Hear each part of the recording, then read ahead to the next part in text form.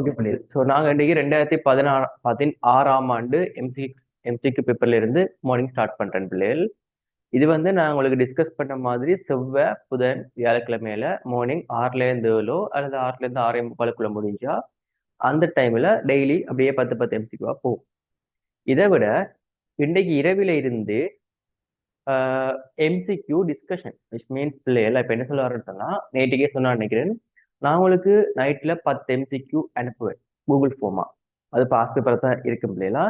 10 MCQ அனுப்பினா நீங்க ஒரு அரை மணி நேரத்துக்குள்ள 10 எம்சிக்யூ செய்யறதுக்கு 20 நிமிஷம் காணும் தானே, அதுக்குள்ள செய்துட்டு நீங்க ஆன்சரை சப்மிட் பண்ணீங்கன்னு சொன்னா உங்களுக்கு மார்க்ஸ் காட்டும்.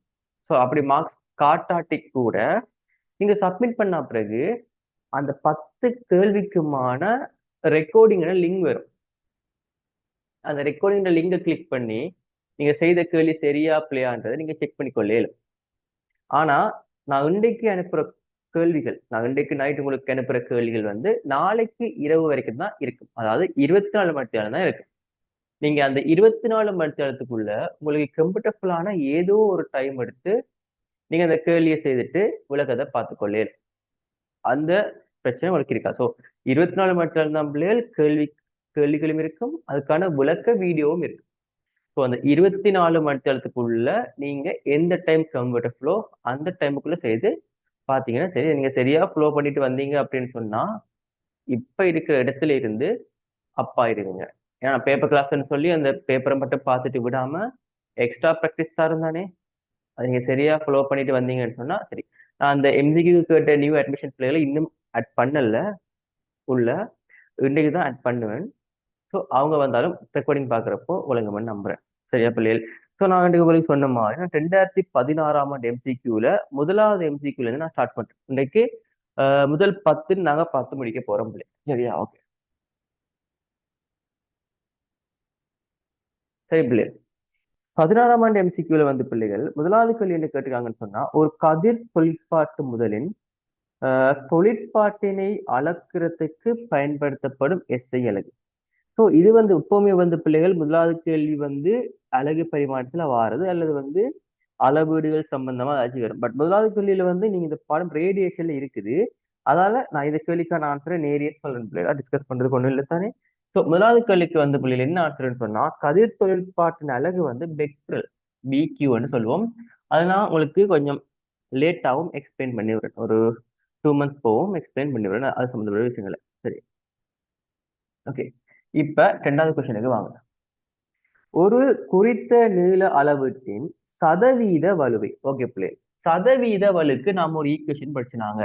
ஏதோ சதவீத வலுவை பத்தி கதைக்கிறாங்க. சதவீத வலுவன்னு சொன்னா என்னன்னு சொன்னா பிள்ளைகள் ஞாபகப்படுத்துங்க. சதவீத வலுவன்னு சொன்னா நீங்க பின்ன வலுவை 100% பெருக்க வாரதா சதவீத வலு. அதாவது உங்களுக்கு தெரிஞ்ச பின்ன வலுவை 100% பெருக்க வாரவர் தான் சதவீத வலு. சரியா?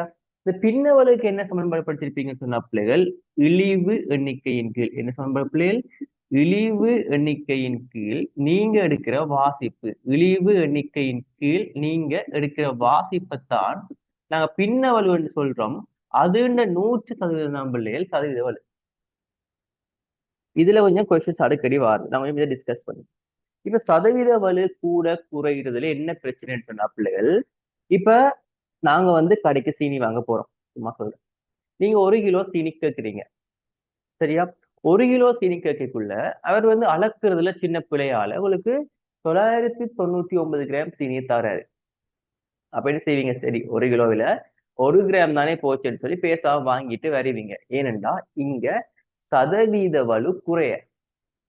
அதுவே 1 கிலோ சீனி வாங்க போய்க்குள்ள அவர்கிட்ட தராசுல சின்ன பிரச்சனைன்னு சொல்லி 1/2 கிலோ சீனியை தராரு. வாங்கி கொண்டு வருவீங்களா பிள்ளைகள்? 1 கிலோ சீனி வாங்கி போன இடத்துல 1 கிலோ சீனிக்கு காசை கொடுக்குறீங்க. ஆனா அவர்கிட்ட தராசுல சின்ன பிரச்சனைன்னு 1/2 கிலோ சீனி தான் தராரு. வாங்கிட்டு வருவீங்களா? இல்ல. ஏன்? அங்க சதவீத வலு கூட. நான் 1 கிலோ வாங்க போனால் 1/2 கிலோ வர இல்ல, கிட்டத்தட்ட அரைவாசி இல்ல. அப்ப 50% சதவீத வலு நீங்க அக்செப்ட் பண்ண மாட்டீங்க. அப்ப இந்த சினாரியோ தான் பிள்ளைகள் சதவீத வலு ஒப்புறதுக்கான ஈஸி வழி. நீங்க 1 கிலோ சீனி வாங்க போற இடத்துல 1 கிராம் பிரச்சனை வரைக்கும் நீங்க அதை பெருசா பார்க்கல. ஆனா 1/2 கிலோ பிரச்சனை வரைக்கும் அதை பெருசா பாக்குறீங்க. இதுவே 100 கிலோ சீனி வாங்க போறீங்க, அவர் 99 கிலோவும் 1/2 கிலோவும் தர, அதாவது 99.5 கிலோ தர. அப்போ நீங்க அந்த 1/2 கிலோவை பெருசா பார்க்க மாட்டீங்க. ஏன்? 100 கிலோவில 99.5 கிலோ வந்துட்டு ஓகே 1/2 கிலோ தானே என்று விட்டு வருவீங்க. அப்ப அங்கேயும் சதவீத வலு குறைய. அப்ப சதவீத வலுவென்றது நீங்க அளக்கிற வாசிப்புகளை பொறுத்து மாறும். வடிவா மயில வச்சுக்கொள்ளுங்க. சரியா? இப்ப சம்டைம்ஸ் நீங்க ஒரு 100 ரூபாய்க்கு ஒரு சாமான் வாங்க போய்க்குள்ள 10 ரூபா மிச்சம் திராட்டி பேசுவீங்க. 10 ரூபா மிச்சம் சொல்லி. இதுவே ஒரு 2-3 லட்சத்துக்கு போன் வாங்க போய்க்குள்ள 1000 2000 கூட கொடுத்தா கூட சரி 2 லட்சம் தானே போதுன்னு விட்டுருவீங்க. இதுதான் சதவீத வலு. வாங்குற சாமான விலையை பொறுத்து மாறும் பெர்சன்டேஜ். அதான் பிள்ளைகள் இதுல சொல்ல வராங்க, சதவீத வலு 1% தான். இப்ப நீங்க 100 ரூபாய்க்கு சாமான் வாங்கினா 1 ரூபாய் ஓகே போனா போதுன்னு அட்ஜஸ்ட் பண்ணுவீங்க. 50 ரூபாய் போனா போதுன்னு அட்ஜஸ்ட் பண்ணுவீங்களா? இல்ல. அதே மாதிரி தான் பிள்ளைகள் வாசிக்கலையும் ஒரு 10 சென்டிமீட்டர் நீளத்தை நீங்க 9.9 சென்டிமீட்டர் என்று வாசிக்கும் வரைக்கும் பிள்ளையை என்னால் ஏற்றுக்கொள்ள இயலும். இருக்கிறதே 10 சென்டிமீட்டர் வாசிப்பு தான். நீங்க 5 சென்டிமீட்டர் என்று வாசிச்சீங்கன்னு சொன்னா ஏற்றுக்கொள்வாங்களா? நீங்களே ஏற்றுக்கொள்ள மாட்டீங்க. சரியா? அதான். அப்ப இந்த சதவீத வலு 1% இருக்கணுமா? இவர் 1% இருக்கத்தக்கதாக அந்த உபகரணத்தின் காரணமாக உள்ள வலு 1 மில்லிமீட்டராம். அப்ப எங்களால வாசிப்பை கண்டுபிடிக்க இயலும் பிள்ளைகள். வாசிப்பை கண்டுபிடிச்சோம்னு சொன்னா உங்களுக்கு 100 மில்லிமீட்டர் என்று வாரே. இவர் மில்லிமீட்டர், அது 1 மில்லிமீட்டர்ன்றதால எனக்கு வர வாசிப்பு மில்லிமீட்டரா இருக்கு. இப்ப கேள்வி கேள்வி நீங்க அளக்க வேண்டிய நீளம் கட்டாயம் 100 மில்லிமீட்டரை பெருசா 100 மில்லிமீட்டரை விட பெருசா இருந்தா தான் சதவீத வலு ஒன்றை விட சின்னதா இருக்கு. இப்ப நீங்க எவ்வளவுத்துக்கு அதிகமா சாமான் வாங்குறீங்களோ அவ்வளவுத்துக்கு சதவீத வலு குறை. 1 கிலோ வாங்குறதை விட 100 கிலோ வாங்கிக்குள்ள உங்களோட சதவீத வலு குறை. அப்ப நீங்க அளக்கிற வாசிப்பு எங்களுக்கு எப்பவுமே 100 சென்டிமீட்டரை விட பெருசா இருக்கேக்குள்ள 100 மில்லிமீட்டரை விட பெருசா இருக்கேக்குள்ள எனக்கு என்ன செய்யணும்னு சொன்னா சதவீத வலு குறையும். அதாவது 10 சென்டிமீட்டர். அப்ப விட 10 சென்டிமீட்டரிலும் பார்க்க கூடுதலாக இருக்க வேண்டும். மூன்றாவது விட பிள்ளை விலங்கினா ரியாக்ட் பண்ணி விடுங்க. விலங்கினா ஒரு கணக்கு ரியாக்ட் பண்ணிவிடுங்க பிள்ளை. வடிவா விளங்கிட்டேன்னு சொன்னா வெரி குட். ஓகே. மூன்றாவது கேள்விக்கு வாங்க பிள்ளை.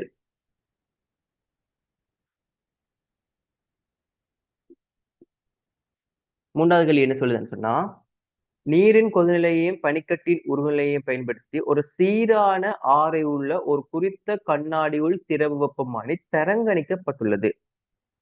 பின்வரும் இயல்புகளில் இவ்வெப்பமானியில் பயன்படுத்தப்படும் வெப்பமானி திரவம் கொண்டிருக்க வேண்டிய மிக அவசியமான இயல்பு. பிள்ளைகள் ஞாபகப்படுத்துங்க. ஒரு வெப்பமானி திரவம்ன்றது உங்களுக்கு என்ன? நான் சும்மா ரசப்பாரமானியை வச்சு எக்ஸ்பிளைன் பண்றேன் பிள்ளைகள். ரொம்ப கஷ்டப்பட ரசப்பாரமானி என்ன செய்யுது? நீங்க அதுண்ட அடிப்பக்கத்தை ஒரு வெப்பமான பகுதிக்குள்ள வைக்கல, ரசம் விரிஞ்சு போய் வெப்பத்தை காட்டுது. ஓகேவா? இதை கேட்டது வெப்பமானி திரவம். அதாவது நீங்க உள்ள பயன்படுத்த போற திரவத்தின் இயல்பு, முக்கியமான இயல்பு எதுவாம்? நீங்க உள்ள ரசம் தானே பயன்படுத்துவீங்க பிள்ளைகள். அப்ப அந்த ரசத்துக்கு எங்களுக்கு தெரியும் அது கட்டாயம் விரிஞ்சு போக வேணும். இப்ப எனக்கு காய்ச்சல் வந்தா கூட நான் அந்த வெப்பமானியை தான் வச்சு பாக்குறேன்னு சொன்னா என் உடம்புண்ட ஒரு சின்ன வெப்பநிலை மாற்றத்துக்கு அதன் செய்து விரிஞ்சு போகுது. அப்ப விரிகிற இயல்பு கட்டாயம். அதுக்கு பிறகுதான் நீங்க படிச்ச அந்த மேற்பரப்பு ஒட்டுந்தன்மையை பத்தி பார்க்கணும். அதுல பத்திலாம் நீங்க பிறகுதான் பார்க்கணும். முதலாவது விரிய வேணும். அப்ப இருக்கிற ஆற்றலை பார்த்தா உயர் கனவளவு விரியத்திறன்.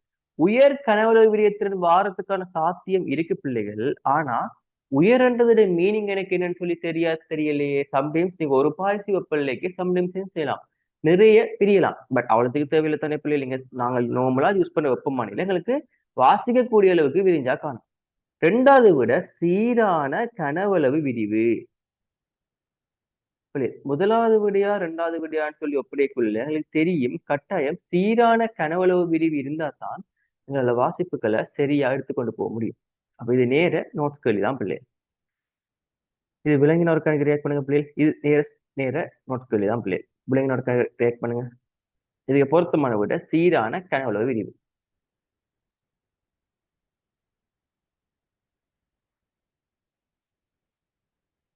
ஓகே, அடுத்த கேள்விக்கு வாங்க பிள்ளை. நாலாவது கேள்வி. மின்காந்த அலைகள் பற்றி பின்வரும் எது உண்மையானது அன்று? ஓகே. மின்காந்த அலைகள் பிள்ளைகள் முதல்ல நான் சும்மா லைட் டைம் சும்மா டியூஷன் பண்ணி வரும் பிள்ளைகள் இருக்கா, அழிக்கிறேன் பிள்ளைகள். எழுத வேண்டி இருந்தா எழுதி கொள்ளுங்க, அழிக்க போறேன்.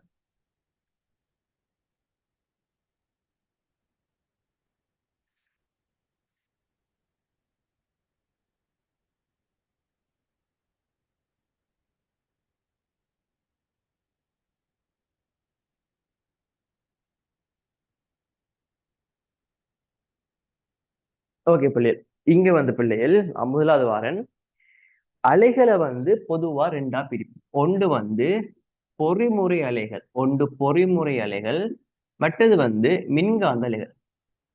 ஓகே பிள்ளைகள், பொறிமுறை அலைகள், மற்றவர் வந்து மின்காந்த அலைகள்.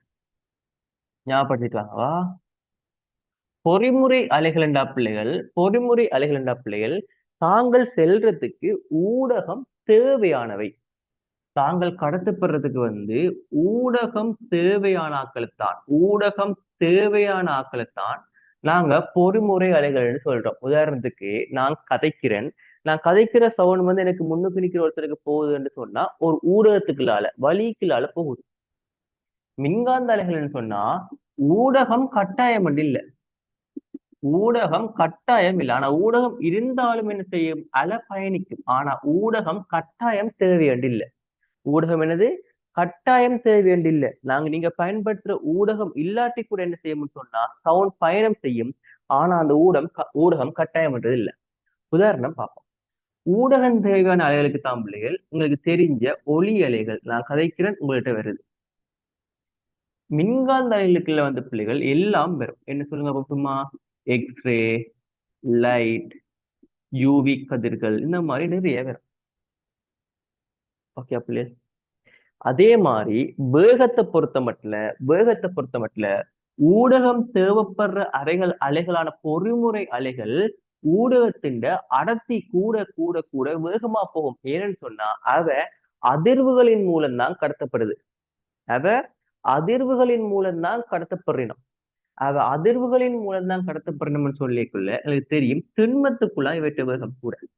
திண்மத்துக்குள்ள வேண்டிய வேகம் கூட, பிறகு திரவத்துக்குள்ள வரும், பிறகு வலிக்குள்ள நல்லா வேகம் குறையவா இருக்கு.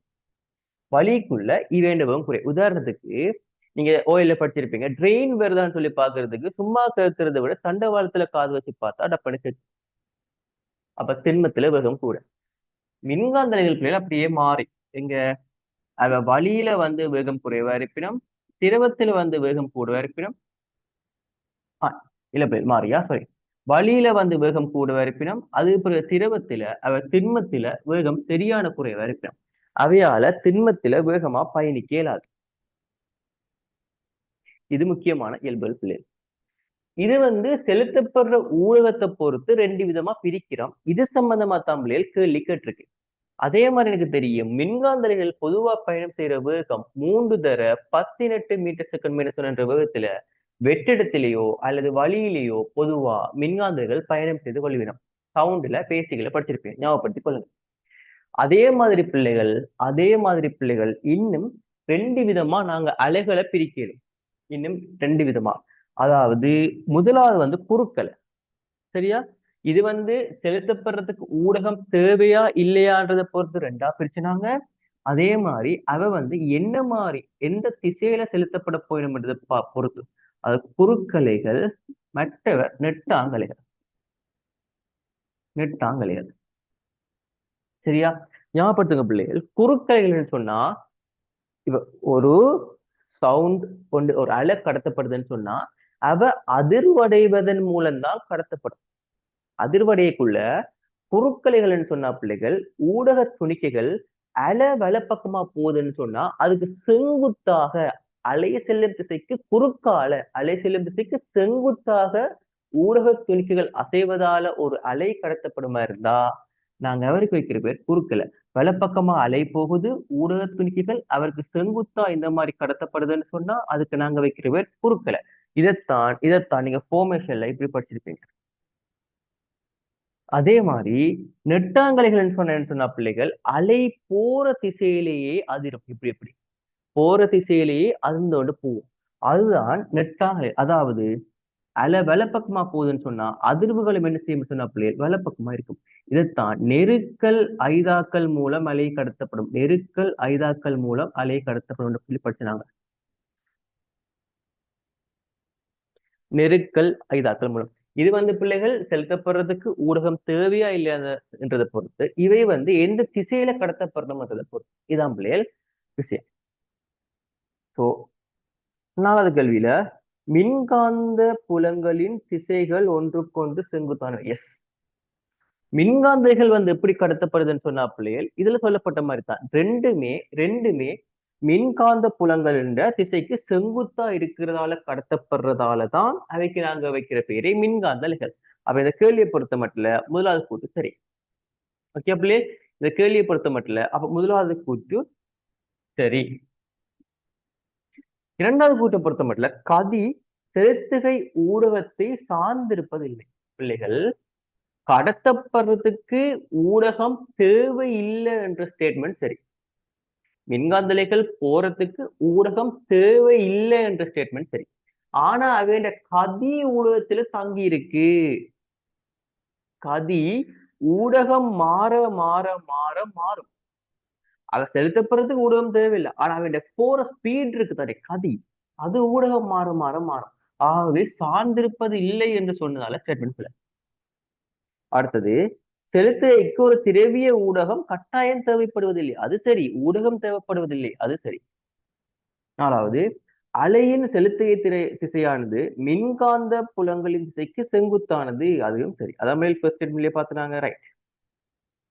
அலையின் செலுத்திய திசை அதுக்கு செங்குத்தானது. ஏனென்றா மின்காந்த அலைகள் யாவுமே குறுக்கலைகள். படிச்சிருப்பீங்க, மின்காந்த அலைகள் யாவுமே குறுக்கலைகள். அதே ஞாபகம் பிள்ளையா, அனைத்து மின்காந்த அலைகளுமே குறுக்கலைகள். அடுத்தது, இரு ஊடகங்களுக்கு இடையிலான வரைபாட்டில் தெரிக்கலாம். பிள்ளைகள், தெரிக்கிற இயல்பு எல்லா அலைகளுக்குமே இருக்கு. அலைகளுக்கான 5 இயல்புகள் தெரிப்படையும், முறிவடையும், கோணலடையும், மேற்பொருந்த அடை. இந்த 4மே எல்லா அலைகளுக்கும் இருக்கும். அந்த கடைசியா வர முனைவாக்கம் அடையும்ன்றது மட்டும் குறுக்கலைகளுக்கு மட்டும் பொருத்தமானது. பிள்ளைகள், விலங்கினோருக்கு எனக்கு ரியாக்ட் பண்ணுங்க. பிள்ளைகள், விலங்கினோருக்கு எனக்கு ரியாக்ட் பண்ணுங்க. Very good. அடுத்த கேள்விக்கு வாங்க. 5வது அழிக்கிறன் பிள்ளைகளா. 5வது கேள்விக்கு வாங்க.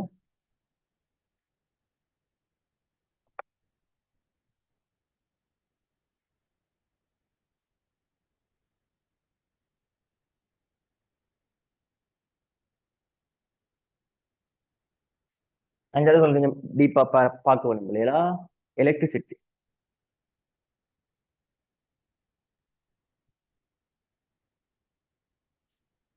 என்ன சொல்லப்படுதுன்னு சொன்னா, ஒரு அழுத்தமானி கம்பியின் வோல்ட் அளவு உணர்திறனை அப்படியே பாருங்க பிள்ளைகள். வோல்ட் அளவு உணர்திறன். உணர்திறன்ன்றதுக்கு மீனிங் எவ்வளவு சரியா வாசிக்கலாம்ன்றது இல்ல பிள்ளை, எவ்வளவு சரியா சாரி இப்ப செம்மை என்ற ஒரு வேர்ட் நாங்க கீழே படிச்சிருக்கோம். செம்மைன்னு சொன்னா என்னது, எவ்வளவு சரியா வாசிக்கலாம்ன்றது. அதே மாதிரி இங்க உணர்திறன், ஒரு சென்டிமீட்டருக்கு நல்ல எவ்வளவு வோல்டேஜை வாசிக்கலாம்ன்றது. ஓகே, இது சும்மா கேள்வி அங்களப்போ உங்களுக்கு விஷயம் விளங்கும். உணர்திறனை அதிகரிக்க செய்வதற்கு ஏபிசி எனும் 3 முறைகளை தெரிவித்துள்ளார். முதலாவது, கம்பியின் நீளத்தை அதிகரித்தல். பாருங்க, உணர்திறனை அதிகரிக்கிறதுக்கு கம்பியின் நீளத்தை அதிகரித்தல். உங்களுக்கு அழுத்தமானியை பத்தி தெரியுமான்னு நினைக்கிறேன். அழுத்தமானியை பத்தி நீங்க படிச்சிருப்பீங்க. எலக்ட்ரிசிட்டி படிச்சவருக்கு ரியாக்ட் பண்ணுங்க பிள்ளை. Very good. ஓகே, எல்லாருமே திரும்பி படிச்சிருக்கோம் எலக்ட்ரிசிட்டியா.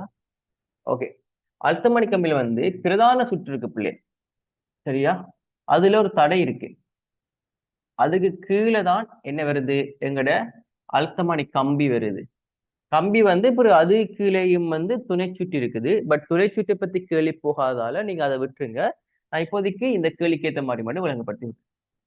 இப்ப நான் சொல்றேன் பிள்ளைகள், ஸ்டார்ட்ல இவற்ற நீளம் ஒரு சுமார் எக்ஸாம்பிள் சொல்றேன் பிள்ளைகள், 10 சென்டிமீட்டரா. 10 சென்டிமீட்டர் இருக்க வாய்ப்பே இல்லை. உங்களுக்கு விளங்கணும் மட்டும்தான் சொல்றேன். 10 சென்டிமீட்டர் ஆரம்பத்துல. இப்ப எனக்கு தெரியும் பிள்ளைகள், 10 சென்டிமீட்டர் நீங்க பயன்படுத்துற வோல்டேஜும் ஒரு 10 வோல்டேஜ் வைங்க. நீங்க பயன்படுத்துற வோல்டேஜும் 10 வோல்டேஜ். அப்ப ஆரம்பத்துல எனக்கு தெரியும் 1 சென்டிமீட்டர் என்ற நீளம் 1 வோல்டேஜ் வாசிக்கும். 1 சென்டிமீட்டர் என்ற நீளம் 1 வோல்டேஜ் வாசிக்கும். இப்ப நாங்க என்ன பண்றோம்னு சொன்னா கம்பியின் நீளத்தை அதிகரிச்சு விடுறோம். என்ன பண்றோம் பிள்ளைகள்? கம்பியின் நீளத்தை அதிகரிக்கக்குள்ள எங்களுக்கு என்ன செய்யணும்னு சொன்னா நான் சும்மா சொல்றேன். நீங்க 10 சென்டிமீட்டர்ல இருக்கிறத 20 சென்டிமீட்டருக்கு அதிகரிக்கிறீங்க. ஆனா வோல்டேஜ் மாறல. என்ன செய்யல? ஆனா வோல்டேஜ் மாறல. அப்ப எனக்கு இங்க விளங்குது நீங்க அதே 1 வோல்டேஜ இப்ப 2 சென்டிமீட்டர்ல இருக்கிற அளவுடைய பயன்படுத்தி வாசிப்பீங்க. இந்த ஐடியா விளங்கினவர்கள் ரியாக்ட் பண்ணுங்க பிள்ளைகள். இனிஷியலா 1 வோல்டேஜுக்கு 1 சென்டிமீட்டர்னு சொன்னா இப்ப அதே 1 வோல்டேஜுக்கு 2 சென்டிமீட்டர். இது விளங்கினவர்கள் ரியாக்ட் பண்ணுங்க எனக்கு. இந்த ஐடியா விளங்கினவர்கள் ரைட். அப்ப எனக்கு இப்ப தெரியுது பிள்ளைகள், நாங்க வாசிக்கக்குள்ள 1 வோல்டேஜ வாசிக்கக்குள்ள 1 சென்டிமீட்டரை அளக்கிறத விட 1 வோல்டேஜ் வாசிக்கக்குள்ள 2 சென்டிமீட்டரை நாங்க அளக்கக்குள்ள விடுற வலுட அளவு தான் குறைய. ஐ மீன் வலு சதவீதம் தான் குறைய. அப்ப எங்களுக்கு எங்க கொஞ்சம் செம்மையான வாசிப்பு வாரத்துக்கான பாசிபிலிட்டி, அதாவது உணர்திறன் கூடின வாசிப்பு வாரத்துக்கான பாசிபிலிட்டி இருக்குன்னு சொன்னா ஏ சரி. இரண்டாவது பாசிபிலிட்டி, கம்பியின் நீளத்தை அதிகரிப்பதன் மூலம் நாங்கள் உணர்திறனை அதிகரிக்க முடியும். விலகினவர்கள் ரியாக்ட் பண்ணுங்க பிளீஸ்.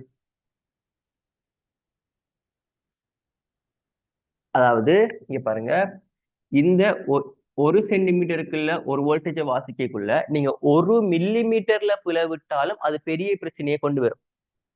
ஆனா நீங்க 2 சென்டிமீட்டர்ல 1 வோல்டேஜை வாசிக்கக்குள்ள அதுல நீங்க 1 மில்லி மீட்டர் பிளவிட்டீங்கன்னு சொன்னா பிரச்சனை தான். ஆனா முதலாவது அளவுக்கு பிரச்சனை இல்லை. முதலாவதுல 1 மில்லி மீட்டர் பிளவிடைக்குள்ள கொஞ்சம் பிரச்சனை வரும். ஏன்? நீங்க ஒரு மீன்ஸ் 10 மில்லி மீட்டர் எடுத்த இடத்துல 1 மில்லி மீட்டர் பிளவுறீங்க. ஆனா இங்க 20 மில்லி மீட்டர் எடுத்த இடத்துல 1 மில்லி மீட்டர் பிளவுறீங்க. அப்ப உணர்த்துறேன்னு சொன்னா எவ்வளவு நீளத்துக்குங்கிற ஒரு வாசிக்க மட்டும் மாதிரி பார்க்கலாம். விலங்கினர் ஒரு கணக்கு ரியாக்ட் பண்ணுங்க பிளீஸ். நான் கதைச்ச இந்த விஷயம் விளங்கிட்டேன்னா ஒரு கணக்கு ரியாக்ட் பண்ணுங்க. ரைட். அப்ப ஏ ஸ்டேட்மெண்ட் சரி. பி, கம்பியுடன் தொடராக ஒரு தடையை சேர்ப்பதன் மூலம். Okay, second statement. கம்பியுடன், எங்க கம்பி? இந்த கம்பியுடன் தொடராக, ஓகே, கம்பியுடன் தொடராக ஒரு தடையை சேர்ப்பதன் மூலம். ஓகே, யோசிச்சு பாக்குறோம் பிள்ளைகள். நீங்க இப்ப தடைய சேர்க்கிறதால, இப்ப சேர்க்கிறீங்க சரி, இப்ப கம்பியோடு நீங்க தொடரா ஒரு தடையை சேர்க்கிறதால என்ன நடக்கும் என்று நாங்க முதல் யோசிப்போம். மிச்சம் எல்லாம் பிறகுதான். ஒரு தடையை சேர்க்கிறதால என்ன நடக்கும் என்று யோசிப்போம். ஓகே, இது அழுத்தமானி அப்படி இருக்கட்டும். கீழே இருக்கிற இந்த கம்பி இருக்குத்தானே பிள்ளைகள், இந்த கம்பியோட நீங்க தொடரா ஒரு தடையை சேர்க்கிறீங்க. எப்படி? ஓகே, இப்படி சேர்க்கிறீங்க. நல்லா கம்பியை விட்டு வெளியே வைங்க. கம்பி இருக்கிறாரு, கம்பியோட தொடரா தடையை சேர்க்கிறீங்க. இப்ப பேட்டரியோட வோல்டேஜ் என்னவா இருக்குது பிள்ளைகள்? ஆரம்பத்திலேயே 10 வோல்டேஜ். இந்த கம்பியோட நீளம் என்ன பிள்ளைகள்? 10 சென்டிமீட்டர். ஆரம்பத்துல பார்த்தோம்டா 1 சென்டிமீட்டர் 1 வோல்டேஜ வாசிச்சவர். இதுவோமா பிள்ளைகள்? 10 சென்டிமீட்டருக்குள்ள 10 வோல்டேஜ் வரும். அந்த 10 வோல்டேஜ் வாசிக்கும் போது 1 வோல்டேஜ் 1 சென்டிமீட்டர் வாசிச்சவர். இப்ப நீங்க தடைய தொடரா தொடுக்கிறதால இந்த 10 வோல்டேஜ்ல ஒரு குறிப்பிட்ட அளவு வோல்டேஜ் இந்த தடைக்குள்ள விழுந்துடும்.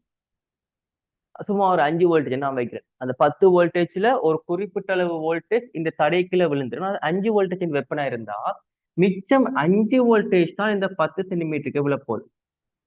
அதாவது 5 சென்டிமீட்டர் தான் இந்த 5 வோல்டேஜ் தான் இந்த 10 சென்டிமீட்டருக்கு விழப்போகுதுன்னு சொன்னா இந்த டைம்ல 1 வோல்டேஜுக்கான வாசிப்பு 2 சென்டிமீட்டர் இருக்கு. நீங்க ஒரு தடையை தொடுக்கக்குள்ள 5 வோல்டேஜ் அந்த தடையை குறுக்கே விழுந்தா மிச்சம் 5 வோல்டேஜ் தான் என்ன செய்வாரு? இந்த அழுத்தமானி கம்பி குறுக்கே விழும். அப்ப 5 வோல்டேஜால 10 சென்டிமீட்டரா வாசிக்க முடியும்னு சொன்னா 1 வோல்டேஜ் வாசிக்க 2 சென்டிமீட்டர். கிட்டத்தட்ட பாத்தீங்கன்னா பிள்ளைகள் இதே மாதிரி வருது. அப்ப இங்கேயும் எனக்கு தெரியுது உணர்திறன் கூடத்தான் போகுது. விலங்கினவருக்கு ரியாக்ட் பண்ணுங்க பிள்ளைகள். விலங்கினவருக்கு ரியாக்ட் பண்ணுங்க எனக்கு. Very good. ஓகே.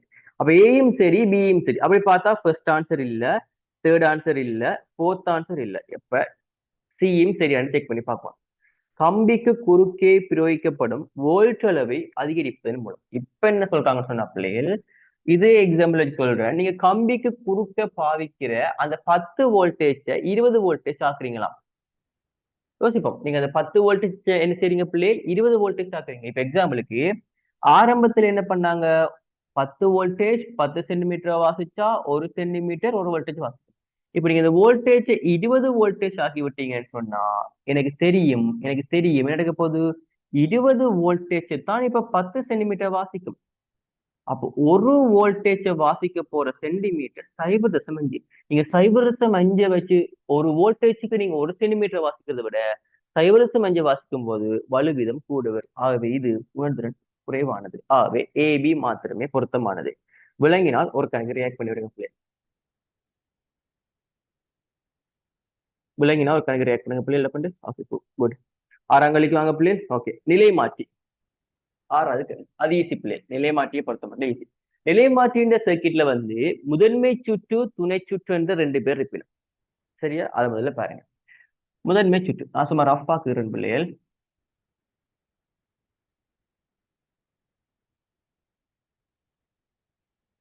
ஓகே. முதன்மை சுற்று துணை சுற்று. முதன்மை சுற்றுன்னு சொன்னா பிள்ளைகள் யார் முதலுக்கு இணைக்கப்பட்டிருக்கிறார், யாரு முதலுக்கு இணைக்கப்பட்டாரோ அவர் முதன்மை சுற்று. துணை சுற்றுண்டா யாருன்னு சொன்னா, துணை சுற்றுன்னு சொன்னா அவுட்புட் எங்க போகுது அவர். ஒரு விஷயத்தை எப்பவுமே ஞாபகம் வச்சிருங்க. நிலைமாற்றிகள் எப்பவுமே ஆடலோட்ட மின்னோட்டத்துக்கு தான் வேலை செய்யும். நிலைமாற்றிகள் எப்பவுமே ஆடலோட்ட மின்னோட்டத்துக்கு தான் வேலை செய்யுமா? எப்பவுமே நிலைமாற்றிகள் ஆடலோட்ட மின்னோட்டம். நேரோட்ட மின்னோட்டம் சொல்லி போட்டான்னு சொன்னா நிலைமாற்றி வேலை செய்யாது. நீங்க இது மின்காந்த தூண்டல்ல படிச்சிருப்பீங்க சரியா? எப்பவும் ஞாபகம். ஒரு சமன்பாடு படிச்சிருப்போம். இவற்ற சுற்றுகளின் எண்ணிக்கை N1, இவற்ற அழுத்தம் V1, இவற்ற மின்னோட்டம் I1. அதே மாதிரி இவற்ற சுற்றுக்கள் N2, இவற்ற அழுத்தம் V2, மின்னோட்டம் I2 சொன்னா இவர்களுக்கு இடையிலான தொடர்பு N1 இன் கீழ் N2 சமன், V1 இன் கீழ் V2 சமன், I2 இன் கீழ் I1 இருக்கும்போது சமன்பாடு படிச்சிருப்பீங்க. அதாவது துணை சுற்றுக்களின் எண்ணிக்கைக்கு அழுத்தம் நேர் விகித சமனாகவும் மின்னோட்டத்துக்கு நேர் மாறு விகித சமனாகவும் அமையும். இது படிச்சிருப்பீங்க. படிச்சா முதலாவது கேள்வி சொல்றாங்க பிள்ளைகள், முதன்மை சுற்றுல இருக்கிற முறுக்கள் எண்ணிக்கை 360, துணை சுருள்ல இருக்கிற முறுக்கள் எண்ணிக்கை 30. இந்த நிலைமாற்றியை பயன்படுத்தி பின்வரும் வோல்ட்டளவு மாறல்களில் எது செய்யறதுக்கு பயன்படுத்தப்படுது? கேள்வியில ஆடலோட்டமும் சொல்லி இருக்கு, நேரோட்டமும் சொல்லி இருக்கு. நேரோட்டத்துல இருக்கிற எல்லா ஆன்சரையும் வெட்டுங்க, வராது. நேரோட்டத்துல இருக்கிற எல்லா ஆன்சரையும் வெட்டுங்க, வராது. அப்ப நமக்கு முதலாவது ஆன்சர் வராது. 240 வோல்டேஜ் ஆடல் ஓட்டத்துல இருந்து 12 வோல்டேஜ் நேர் ஓட்டத்துக்கு போகுது. அப்ப அது வராது. ரெண்டாவது ஆன்சர் வரலாம், மூன்றாவது ஆன்சர் வராது, நாலாவது ஆன்சர் வரலாம், அஞ்சாவது ஆன்சர் வராது. ஓகே. இப்ப என்ன கண்டுபிடிச்சிட்டோம் பிள்ளைகள்? வரக்கூடிய ஆன்சர்ல இரண்டாவது ஆன்சர் வரதுக்கான பாசிபிலிட்டி இருக்குது, நாலாவது ஆன்சர் வரதுக்கான பாசிபிலிட்டி இருக்குது. அவ்வளவுதான் பிள்ளைகள். 2 4 வரலாம். இதுல நீங்க ரேஷியோ பார்க்கணும். எனக்கு தெரியும் முதன்மை சுற்றுல இருக்கிற முறுக்கள் எண்ணிக்கையை விட துணை சுற்றுல இருக்கிற முறுக்கள் எண்ணிக்கை குறைய. முதன்மை சுற்றுல இருக்கிற முறுக்கள் எண்ணிக்கையை விட துணை சுற்றுல இருக்கிற முறுக்கள் எண்ணிக்கை குறைய. அப்ப படி குறை நிலைமாற்றி. படியா பாருங்க பிள்ளைகளா. முதன்மை சுற்றில இருக்கிற முறுக்கள் எண்ணிக்கையை விட துணை சுற்றில இருக்கிற முறுக்கள் எண்ணிக்கை குறையன்னு சொன்னா படி குறை நிலைமாற்றி. அது வோல்டேஜை குறைக்க போகுது. படிக்குறை நிலைமாற்றின்னு சொன்னா முதன்மை சுற்றில தான் அழுத்தம் கூட இருக்கணும். அப்படி பார்த்தா கூட ரெண்டாவது விட வரலாமான்னு சொல்லி பார்த்தா வரலாம், நாலாவது விட வரையலாது. அப்ப இதுக்கு பொருத்தமான விட ரெண்டாவதா இருக்கு. நீங்க ரேஷியோவை பாத்தீங்கன்னு சொன்னா பிள்ளைகள் N1 விகிதத்தை பார்த்தோம்டா N1 N2 360 30, அதாவது 12. முதன்மை சுற்றை விட ஓகேவா? சரி பிள்ளைகளா, முதன்மை சுற்றை விட துணை சுற்றுலதான் அழுத்தம் சின்னதா இருக்கணும். அப்ப பொருத்தமான ஆன்சர் போர்த் ஆன்சரா? சாரி, போர்த் ஆன்சர். ஏன்னு சொன்னா அதுதான் முதன்மை சுற்றை விட துணை சுற்றுல அழுத்தம் குறைவா இருக்கும். அப்படி பார்த்தா 4வது ஆன்சர் தான் பொருத்தமா இருக்கு. அதுவும் நாங்க கண்டுபிடிச்ச 12ன்ற விகிதமே வருது பாருங்க. 240 வோல்டேஜ் சிங்கிள் 20 வோல்டேஜ் 12. ரைட். விலங்கினர்கள் ரியாக்ட் பண்ணுங்க பிள்ளை.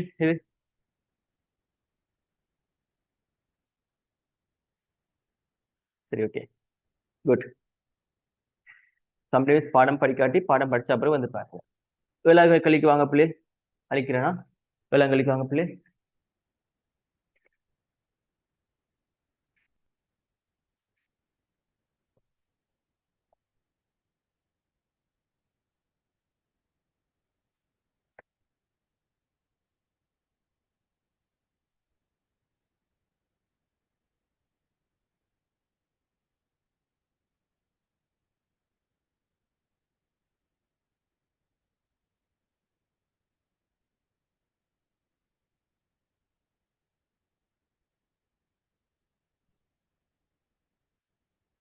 Question number 7.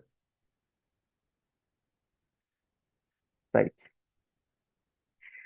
ஒரு சர்க்கிட் சொல்றாங்க அப்படி சுட்டு.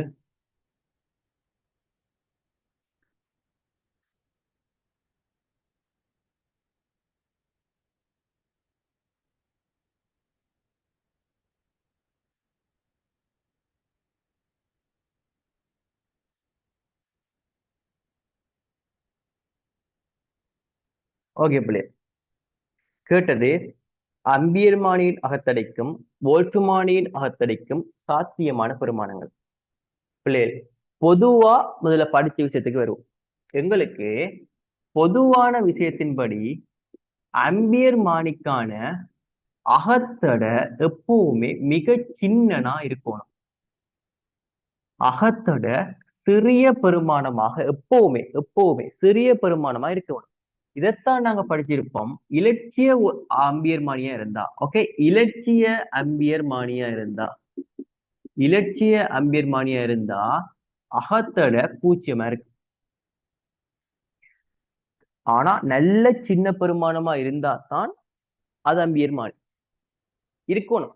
இருந்தா தான் வாசிப்புகள் நல்ல சரியா இருக்கும். அம்பியர்மானிக்கு அகத்தடை பெருசாயிட்டுதுன்னு சொன்னா அவருக்கு குறுக்கையும் கொஞ்சம் அழுத்தம் விளைவளிக்கிட்டு, அப்ப மின்னோட்டம் சரியான வாசிப்பா இருக்காது. ஓகே.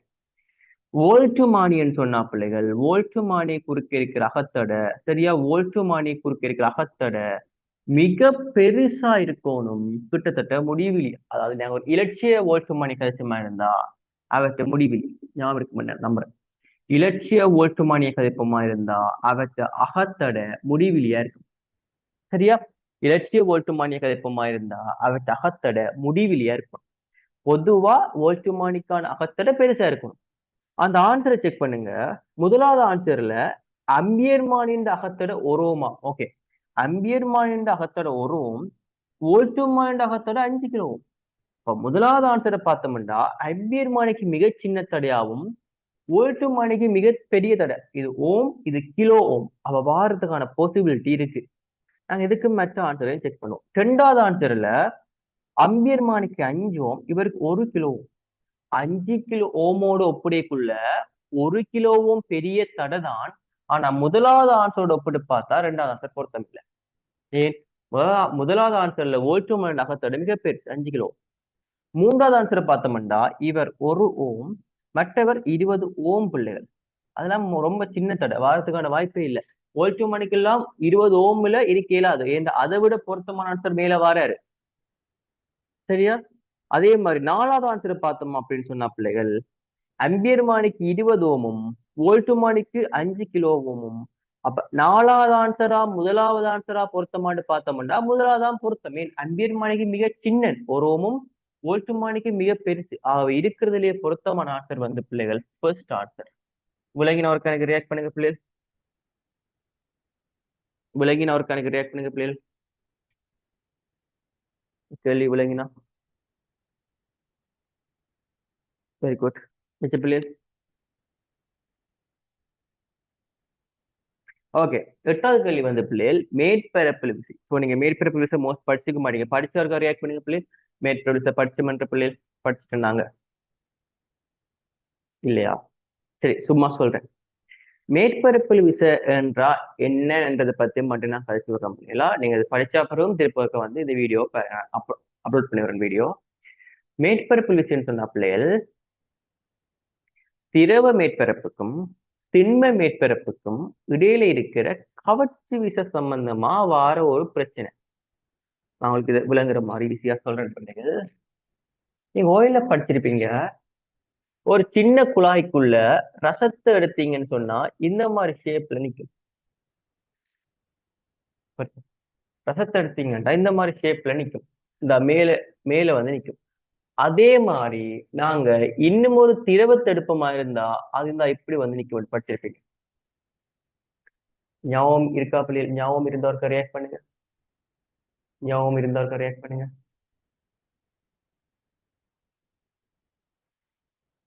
ஞாபகம் இல்லையா? ஓகே, பிரச்சனை இல்லை. இது படிச்சிருப்பீங்க. ஓகே, அது அதுக்கான காரணம் தான் மேற்பரப்பு. அதுக்கு ஒரு காரணம், அதுக்கான ஒரு காரணம் வந்து மேற்பரப்பு. அதே மாதிரி நீங்க பபிள்ஸ் ஊதி இருப்பீங்க. எங்கேயாச்சும் வாங்கி பபிள்ஸ் லிக்யூட் எடுத்து ஊதினீங்கன்னு சொன்னா பபிள்ஸ் ஃபார்ம் ஆகும். அந்த பபிள்ஸ் வந்து உருவாகிறதுக்கான காரணங்களும் மேற்பரப்பில் இருக்கு. மேற்பரப்பு விசைன்றது வந்து பிள்ளைகள் திண்ம ஊடகம் திரவ ஊடகத்துக்கான திண்ம ஊடகத்திலிருந்து திரவ ஊடகத்துக்கான தொடுகை இருக்கைக்குள்ள அவைக்கு இடையிலான கவர்ச்சி விசை காரணமாக வார ஒரு பிரச்சனையை தான் நாங்க மேற்பரப்பு விசைன்னு சொல்றோம். நீங்க சடத்தின் இயல்புகள் என்ற பாடத்துல மீள்தன்மை, பாகும, மேற்பரப்பு விசை இந்த மூன்றையும் பத்தி படிப்பீங்க. அந்த எக்ஸாம்பிள்ஸ் வச்சு எக்ஸ்பிளைன் பண்றேன் பிள்ளைகள் பாருங்க. முதலாவது கோல நீர்த்துளிகள் உண்டாதல். கோல நீர்த்துளின்னு சொன்னா பிள்ளைகள் நீங்க சும்மா யோசிங்க, ஒரு பானையிலையோ அல்லது போத்தல்லையோ சின்னதா ஒரு ஓட்டை இருக்குமா இருந்தா, சரியா? இது ஃபர்ஸ்ட் ஆன்சருக்கு எக்ஸ்பிளைன் பண்றேன். ஒரு பானையிலையோ அல்லது ஒரு போத்தல்லையோ சின்னதா, ஓகே, ரொம்ப சின்னதா ஒரு ஓட்டை இருக்குமா இருந்தா தண்ணி நேர ஊத்துப்படாத பிள்ளைகள். ஒப்சர்வ் பண்ணி பாருங்க, என்ன செய்யும்? டொட் டொட் டொட் டொட்டா ஊத்துப்படும். அதாவது இப்படி கோலமா ஃபோம் ஆகித்தான் அது அப்புறம் ஊத்துப்படும். நீங்க இதெல்லாம் பார்த்திருப்பீங்க, ஒரு சின்ன கோலமா ஃபோம் ஆகி அது அப்படியே ஊத்துப்பட்டு இருக்கும். இது பாத்துறீங்களா பிள்ளைகள்? பார்த்தவர்க்க ரியாக்ட் பண்ணுங்க. பார்த்தவர்க்க ரியாக்ட் பண்ணுங்க பிள்ளை. ஒரு பானையிலயோ போத்தல்லையோ ஓட்டை இருந்தா தண்ணி வேகமா ஊத்துப்படுதான். பட் அது கோலமா, அதுக்கு காரணம் இவற்றை மேற்பரப்புக்கும் திரவ மேற்பரப்புக்கும் இடையே இருக்கிற கவர்ச்சி விசை. அவ முதலாவது பொருத்தம் தான் பிள்ளை. நீங்க எதுக்கும் இது பாட்டை படிச்சா பிறகு மினிமருக்கு வந்து பாருங்க இந்த ரெக்கார்டிங். ரைட். ரெண்டாவது நீரின் மயத்துளை எழுப்பம். இங்க பாருங்க பிள்ளை, மயத்துளையில நீர்மட்டம் எழும்புறதுக்கு காரணமும் மேற்பரப்பு தான். திண்ம மேற்பரப்புக்கும் திரவ மேற்பரப்புக்கும் உள்ள வர கவர்ச்சி விசைகள். அதை பத்தி பார்ப்போம். மூன்றாவது, நீர் மேற்பரப்பில் பூச்சிகள் அமுலாமல் மிதத்தல். நீங்க சில பூச்சிகளை பார்த்திருப்பீங்க, குளத்துக்குள்ளேயோ தண்ணிக்குள்ளேயோ மிதந்து மிதந்து மிதந்து போகும். அதுக்கு காரணமும் இதுதான். அது காலை உள்ள வச்சு அமர்த்தியக்குள்ள அதோட காலுக்கும் திரவத்துக்கும் இடையில இருக்கிற கவர்ச்சி விசையால மேற்பரப்பில் விசை மேல் நோக்கி திருப்ப ஒரு விசையை கொடுக்குது. அதால அவை அமுலாம மிதந்து கொண்டு போய் நம்மளே. இதெல்லாம் இன்ட்ரெஸ்டிங்கான விஷயம்.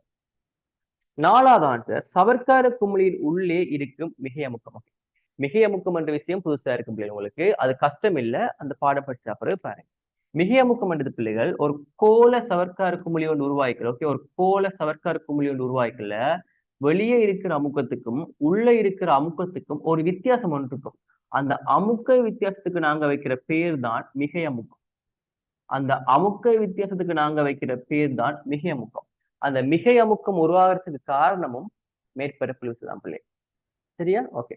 அடுத்தது, நீர் மேற்பரப்பில் இருந்து நீர் மூலக்கூறுகள் தப்பி செல்லுதல். இதை ஹெட்ல படிச்சிருப்பீங்க. நீங்க மேற்பரப்பில் விசை என்ற பாடம் படிக்காட்டிலும் இதுக்கு பொருத்தமான ஆன்சர் தெரியும். அஞ்சாவது ஆன்சர் ஏன் ஹீட்ல படிச்சாங்க. நீர் மேற்பரப்பில் இருந்து மூலக்கூறுகள் தப்பி போறதுக்கு காரணம் அவன் இயக்க சக்தி பெருசாகுது. இயக்க சக்திக்கும் பரப்பு விசைக்கும் சம்பந்தம் இல்லை. ஆகவே அஞ்சாவது ஆன்சர் பொருத்தம் இல்லாத ஆன்சர். இது விளங்கினவர்கள் ரியாக்ட் பண்ணுங்க பிள்ளை. எனக்கு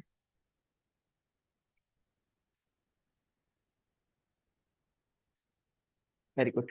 அடுத்த 9வது கேள்விக்கு வாங்க பிள்ளை. ஒரு ஈர்த்த இலை மீது நிற்கும் அலை ஒன்றை பற்றி செய்யப்பட்ட கூற்றுக்களில் பொருத்தமானவை. ஓகேவா? ஒரு ஈர்த்த இலையில வந்து பிள்ளைகள் ஒரு இலையில வந்து form ஆகுற அலையை பத்தி எங்களுக்கு தெரியும். இலை கொண்டு பிடிச்சு அடிச்சு விட்டோம்னு சொன்னா அலை form ஆகி போகும். அந்த அலைகளை பற்றின சரியான கூற்றுக்கள். முதலாவது, சக்தி இலை வழியே செலுத்தப்படுவதில்லை. ஈர்த்த இலை மீது நிற்கும் அலையா, விருத்தி அலையை பத்தி இல்ல, நிற்கும் அலை. நிற்கும் அலை ஞாபகம் இருக்குமான்னு நினைக்கிறேன். இந்த மாதிரி form ஆகும். அது இதுல கீழே மிஸ்டேக் இருக்கு பிள்ளைகள். 2 நிலைத்த புள்ளிகளுக்கு இடையே தான் ஆறு போமாவ நின்ற அலைகள் போமாவ. இது நிலைத்த புள்ளி, இதுக்கு நிலைத்த புள்ளின்னு சொன்னா இரு நிலைத்த புள்ளிகளுக்கு இடையே நின்ற அலைகள் போமாம். நின்ற அலைகள்ல நீங்க படிச்ச முதலாவது விஷயமே என்ன படிச்சிருப்பீங்க பிள்ளைகள்? அவற்றின் சக்தி கடத்தப்படாது. ஏன்னு சொன்னா அவ அவ நின்ற இடத்துல நின்று கொண்டே அதிர்வினம்.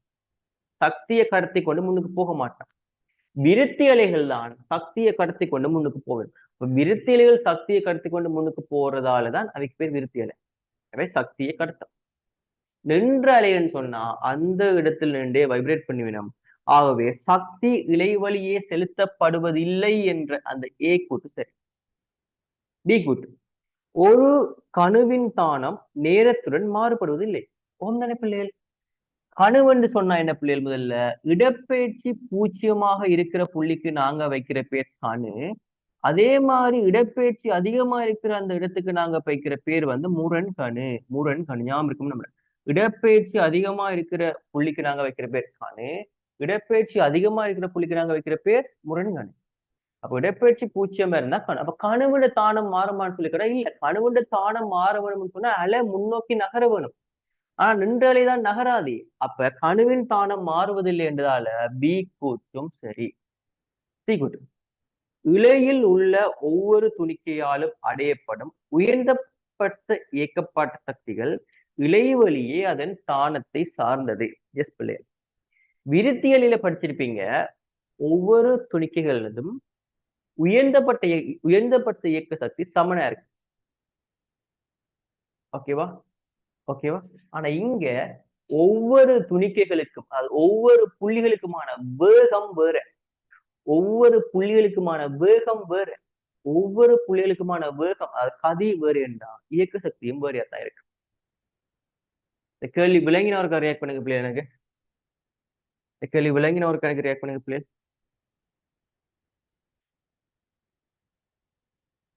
இந்த கேள்வி விளங்கினவருக்கு ரியாக்ட் பண்ணுங்க பிள்ளை. ஓகே பிள்ளை, பத்தாங்க. ஓகே, குட்டா குட். ஸோ உங்களுக்கு எல்லாம் ஞாபகம் நிக்குதான். நாங்க நின்றல்கள் பத்தி எல்லாம் எஸ்ஏ கொஸ்டின்ஸ்ல பார்த்தாங்க தானே? ஞாபகம் நிக்கும். விளங்காட்டி சொல்லுங்க, கொஞ்சம் இன்னும் நோட்ஸ் தேவை வேண்டாம் சொல்றேன். விளங்கிட்டு சொன்னாலும் பிரச்சனை இல்லை. விளங்காட்டி சொல்லுங்க, சொல்றேன். இப்ப 10ஆம் கேள்விக்கு வாங்க. கடைசி கொஸ்டின் இந்தியா.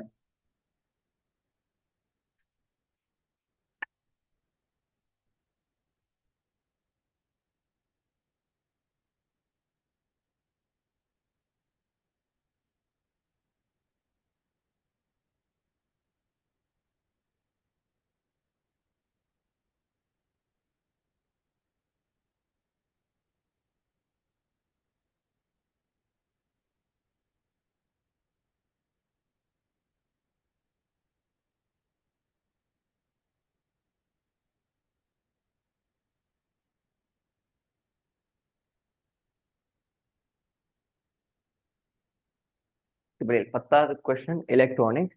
நான் சொல்றேன், நீங்க படிக்காட்டி படிச்ச பிறகும் பாருங்க. வா, கொஸ்டின் நம்பர் 10. அதுல 3 சுட்டு கொடுத்திருக்காங்க பிள்ளைகள். எதுல வந்து அந்த மெய் அட்டவணைக்கு ஏத்த மாதிரி பொருத்தமான படலையாமனு கேட்டுக்கானா. முதலாவது வந்து உங்களுக்கு தெரியும் பிள்ளைகள், நாட் கேட். இப்படி வந்து வெளியில வந்தா நாட் கேட்டா ஞாபகம் வச்சுங்க பிள்ளைகள். நாட் கேட்னு சொன்னா என்ன சொன்னா, நீங்க அவுட்புட்டா என்னத்தை கொடுக்குறீங்களோ அதுக்கு எதிர்பெருமானத்தை வெளியே கொடுக்கும். உதாரணத்துக்கு இன்புட்டா என்னத்தை கொடுக்குறீங்களோ அதுக்கு ஒப்போசிட்டான அளவு வெளியே கொடுப்பேன். உதாரணத்துக்கு நீங்க எக்ஸ இன்புட்டா கொடுத்தீங்கன்னு சொன்னா அவுட்புட் எக்ஸ் பாரா இருக்கு. அப்ப இதுக்கான மெய் அட்டவணை என்னவா வரும்? நாங்க யோசிப்போமாங்கவா. மெய் அட்டவணைன்னு சொன்னா ஒண்ணுமே இல்ல பிள்ளை, இதுக்கு இருக்கிற பாசிபிலிட்டியை நாங்க எழுத போறோம். ஓகேவா? ஏய கொடுத்தா என்எஃப் வரும். ஏல வந்து பாருங்க பிள்ளைகள், ஒரு விஷயம் ஞாபகம், இன்புட் ஒன்றுதான் இருக்கு. இன்புட் ஒன்றுதான் இருந்தா ஞாபகம் வச்சிருங்க. அதுக்கு நாங்க கொடுக்கக்கூடிய இன்புட்டுகளின் சாத்தியம் 2 ஓராம் அடுக்கு. அதாவது ஒரு இன்புட் தான் இருக்குமா இருந்தா அவற்றை அடுக்குல 1 2 வரும். அதுவே இப்ப அடுத்ததை பாருங்க. யாரு இனிமேல் சும்மா அன்கேட் கிரிக்காட்டனை பிள்ளைகள் அன்கேட் உங்களுக்கு ஞாபகம் இருக்க மாட்டேங்கிறேன். ஓயில படிச்சு போய் ஐசிடில அன்கேட்ல வந்து பாத்தீங்கன்னு சொன்னா இது ஏ என்ற ஒரு இன்புட், இவர் பி என்ற இன்னும் ஒரு இன்புட். அப்ப அவுட்புட் நாங்க கதைக்கக்குள்ள 2 இன்புட் வரதால 2 அடுக்கு. அதாவது நீங்க செக் பண்ணி பார்க்கக்கூடிய பாசிபிலிட்டிஸ் 4 இருக்கு. 4 இருக்கு. அது எப்படின்றது நாங்க ஒரு பாடத்துல படிச்சா பிறகு பின்னே கொஸ்டின்ஸ் வருமா. இப்ப ஒரி பண்ணாங்க, சும்மா மைண்ட்ல போட்டுக்கொள்ளுங்க.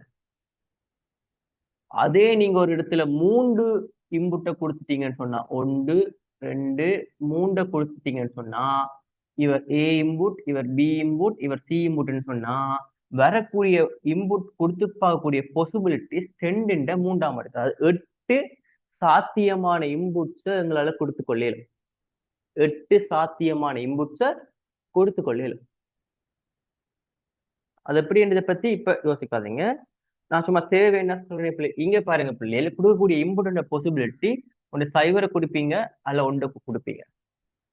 இங்க 4 இன்புட், அதாவது சைவரையும் 1 கொடுத்து பார்க்கலாம். இப்ப ஏக்கு சைவரையும் பிக்கு 1 கொடுத்து பார்க்கலாம், அல்ல பிக்கு 1 ஏக்கு சைவரையும் கொடுத்து பார்க்கலாம், அல்ல 2 பேருக்கும் 1 கொடுத்து பார்க்கலாம், அல்ல 2 பேருக்கும் சைவரை கொடுத்து பார்க்கலாம். விளையினவருக்கு ரியாக்ட் பண்ணுங்க பிள்ளைகள். சும்மா இது சும்மா ஒரு ஐடியாவா தான் பிள்ளைகள் சொல்றேன்னா, டீப்பா எல்லாம் போகல இன்னும். சும்மா சும்மா ஒரு ஐடியாவா விளையினவருக்கு ரியாக்ட் பண்ணுங்க. Okay good. இப்படி கொடுத்து பார்க்கலாம் இன்புட். பட் இங்க எனக்கு முதலாவது வந்து நொட் கேட் தானே பிள்ளைகள். என்ன சொன்ன நான், நீங்க ஏக்கு சைவர் கொடுத்தீங்கன்னா இன்புட் 1 வரும், மாறி வரும். அதே மாதிரி 1 கொடுத்தா சைவர். எஸ். அப்ப ஏ பொருத்தமான ஆன்சர். ஏ பொருத்தமான ஆன்சர். ஓகேவா. நான் பி என்ற ஆன்சருக்கு போய்க்குள்ள நீங்க அன்கேட்டுக்கான அவுட்புட்டுக்கு ஒரு சமன்பாடு படிச்சிருப்பீங்க. 2ஐயும் பெருக்கிறதா இருக்கும் அன்கேட். ஞாபகம் இருக்கா பிள்ளைகள்? 2ஐயும் பெருக்கிறதா இருக்கும். அதே மாதிரி ஓர் கேட் படிச்சிருப்பீங்க. ஓர் கேட் என்ன இருக்கும் பிள்ளைகள்? ஓர் கேட் ஓயில படிச்சிருப்பீங்க. ஓர் கேட்ன்றது வந்து அவுட்புட் 2ஐயும் கூட்ட வாருது. ஓர் கேட் அவுட்புட் 2ஐயும் கூட்ட வாருது. இந்த இதுல ஞாபகம் வச்சுக்கவா. அன்கேட்டுக்கான அவுட்புட் என்னவா இருக்கும், ஓர் கேட்டுக்கான அவுட்புட் என்னவா இருக்கும்ன்றது நீங்க ஓயிலையும் படிச்சிருப்பீங்க. சும்மா ஞாபகம் வச்சுக்கோங்க. இதை விட ஏல ஒரே ஒருத்தர் தான் எக்ஸ்ட்ராவா உள்ள வர பிள்ளைகள், எக் ஓர் கேட். அதாவது ஓர் கேட் மாதிரியே இருப்பாரு, ஆனா முன்னுக்கு ஒரு பார் போட்டிருக்கும். இப்படி இப்ப எக்ஸ்ட்ரா ஒரு பார் போட்டிருக்கும். அவற்ற அவுட்புட்டுக்கான சமன்பாடு A into B bar plus B into A பார்.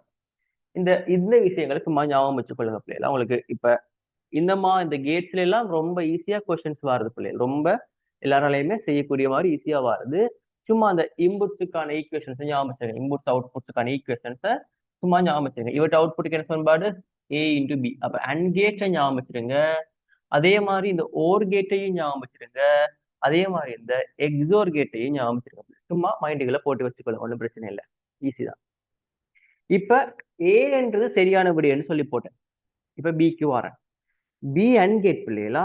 பியில வந்து ஒரு அவுட்புட் ஏ ஆம் பிள்ளைகள், மற்ற சாரி ஒரு இன்புட் பிள்ளைகளா. அவுட்புட் என்ற வேர்டை மாத்தின பிள்ளைகள் இன்புட்டா. சாரி, இதுல அன்கேட் தானே பிள்ளைகள். இங்க பாருங்க, இவர் ஏ, இவர் +5 வோல்டேஜ். அவுட்புட் என்று பார்ப்போம். நாங்க என்ன செய்வோம், இங்க ஒரு இன்புட் ஆல்ரெடி கேள்வியில கொடுத்திருக்கு. அப்ப +5 சொன்னா எங்களுக்கு தெரிஞ்ச இன்புட் 2 தான். ஒன்று சைவரா இருக்கலாம் அல்லது 1 இருக்கலாம். அதுல ஒரு வேல்யூ கொடுத்திருக்கான்னு சொன்னா நீங்க அவர் எப்பவுமே 1 எடுத்துக்கொள்ளுங்க. 1 எடுத்துக்கொள்ளுங்க. அவுட்புட்டுக்கு என்ன சமன்பாடு சொன்னா பிள்ளைகள்? 2ஐயும் பெருக்கணும். அப்ப ஏய 1ஆல பெருக்கணும்னு சொன்னா ஏ தர 1, அது ஏ தான் இருக்கு. ஏ இந்த விஷயம் பிள்ளைங்க ஒரு கணக்கு ட்ரேக் பண்ணுங்க பிள்ளை. இந்த விஷயம் பிள்ளைங்க ஒரு கணக்கு ட்ரேக் பண்ணுங்க பிள்ளை. ஒரு இன்புட் ஏ. Very good, very good. நீங்க பாடம் படிக்கல, ஸ்டில் பிள்ளைங்கன்னா குட். ஏ என்றது ஒரு இன்புட், 1 ஒரு இன்புட். அன்கேட்டண்டா 2ஐயும் பெருக்கவா, 2 இன்புட்டையும் பெருக்க வாருது. அப்ப ஏயையும் அடுத்த இன்புட்டான 1ஐயும் பெருக்க வாரதான் இவர். Very good. அப்ப எனக்கு இவருக்கான தர்க்கப்படலை எழுத இயலும் பிள்ளைகள் ஏ எஃப் தானே. ஏக்கு நாங்க இப்பதான் படிச்சுனாங்க, சைவரையும் போடலாம் ஒன்றையும் போடலாம். ஏக்கு சைவரை போட்டீங்கன்னா எஃப் சைவரா இருக்கு, ஏக்கு ஒன்றை போட்டீங்கன்னா எஃப் ஒன்றா இருக்கு. ஆனா அவன் கொடுத்த தர்க்கப்படலை வேற, ஆகவே இவர் பொருத்தமில்லாதான், விலகினவருக்கு ரியாக்ட் பண்ணுங்க பிள்ளை,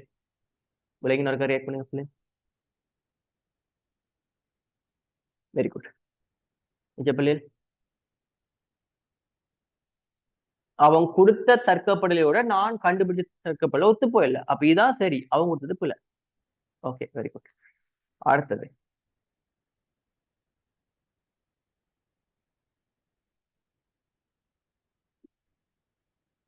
இதுல +5 ஃபார்ம் பிள்ளைகள். இவர் அவுட்புட் தெரியும், a into B bar plus B into A bar. அதாவது பிள்ளைகள் ஏ சரி, ஆனா பி எப்பவுமே உண்டு, இப்ப பிக்கு நீங்க ஒண்ட போட்டீங்கன்னா பி பார் சைவர் பிள்ளை, அது விளங்கம் பண்ணிக்கிறேன்னா பி ஒண்டா இருக்கும்னு சொன்னா அவற்றை எதிரத்தான் நாங்க பார் குறிப்போம், அவர் சைவர். பிளஸ் பி எவ்வளவு ஒன்று, ஏ என்னவாவும் இருக்கட்டும், அப்ப ஏ பார், அப்ப இதுக்கான அவுட்புட் ஏ பாரா இருக்கு. இப்ப பாருங்க பிள்ளை, ஏயால சைவரா பிரிக்கினா சைவர், ஒன்றால ஏ பார பிரிக்கினா ஏ பார், ஆவி எஃப் என்னவா இருக்கும்டா ஏ பாரா இருக்கு. விளங்கினா இருக்கா பிள்ளை? அவுட்புட் விளங்கினா, இருக்கா? இது ரியாக்ட் பண்ணுங்க. பி ஒன்று சொன்னா பார் நாங்க என்னது கதைப்போம், அது எதிர்பெருமானம், அதாவது சைவரை. பி ஒன்று சொன்னா பி பார்ன்றது சைவர், அப்ப ஏ இட பெருமானத்தை பி பாரால பெருக்கணும்டா பி பார் சைவரால பெருக்கிறேன். பிறகு பி ஏ பாரால பெருக்கிறேன், பி ஒன்று ஏ பாரால பெருக்கிறேன், அப்ப ஏ இன்டு சைவர் ஒன்று இன்டு ஏ பார். அப்ப இந்த சர்க்கியூட் அவுட்புட் எனக்கு இப்ப எதுவா வருதுன்னு சொன்னா ஏ பாரா வருது. ஏ பார்ன்றது பிள்ளைகள், நீங்க இங்க இன்புட்ட ஏயையும் ஒன்றையும் கொடுக்க அவுட்புட் ஏ பாரா வருதுன்னு சொன்னா இது ஒரு நொட் கேட் மாதிரி பார்க்கலாம். இவரை நாங்க ஒரு நோட் கேட் மாதிரி பார்க்கலாம். நோட் கேட் மாதிரி பார்க்கலாம இருந்தா அவட்ட தர்க்கப்படலாம், படத்துல கொடுத்து தர்க்கப்படல. அவை பொருத்தமான ஆன்சர் பியும் ஆர், அதாவது 4வது ஆன்சர். விளங்கினா ஒரு கணக்கு ரியாக்ட் பண்ணுங்க பிள்ளை. இந்த ஐடியா விளங்கிட்டுதுன்னு சொன்னா ஒரு கணக்கு ரியாக்ட் பண்ணி விடுங்க. இந்த ஐடியா ஓகே வெரி குட். இந்திய பார்த்த 10 கொஸ்டினும் வடிவா விளங்கிட்டு ஒரு கணக்கு ரியாக்ட் பண்ணுங்க பிள்ளை. 10 தான் பார்த்துனாங்க. 1 hour ஆயிட்டுதா? 1 hour ஆயிட்டு. ஓகே பிள்ளை, நீங்க ஸ்கூலுக்கு போன நினைக்கிறேன், சரி போயிட்டு வாங்க. நான் மிச்சம் நாளைக்கு விடிய 6 மணிக்கு அடுத்த 10 கொஸ்டின்ஸ் பார்ப்போம். சரியா, போயிட்டு வாங்க, பை.